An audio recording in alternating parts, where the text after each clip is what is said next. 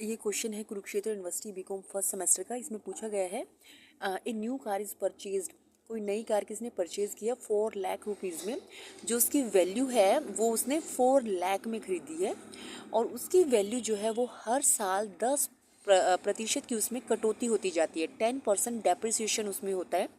जैसे उसने जिसने भी ये कार खरीदी है 4 लाख में, तो पहले साल जब 1 साल हो जाता है तब उसमें 10% की डेप्रिसिएशन होगी। तो 10% क्या होगा 4 लाख का, वो होता है 40,000। 10% ऑफ 40 लाख,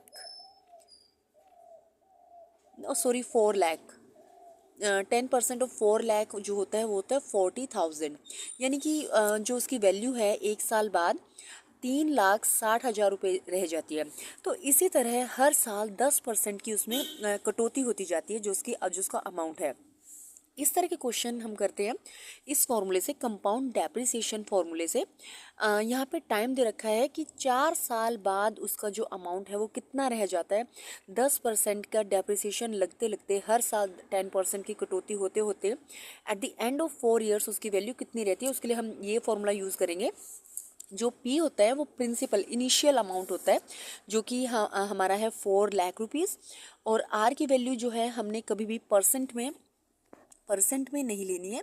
आर की वैल्यू को हम पॉइंट में, जो उसका परसेंट वाला नोटेशन है, इसे हमें इसको सॉल्व करके 10/100 करके हम इसकी वैल्यू निकालेंगे जो है 0.10। तो हमने आर की वैल्यू पुट कर दी और जो टाइम है वो है 4 ईयर्स। इसे सॉल्व करने के बाद हमारे पास जो वैल्यू आती है आफ्टर 4 ईयर्स वो होती है 2,62,440 rupees. Please subscribe my channel.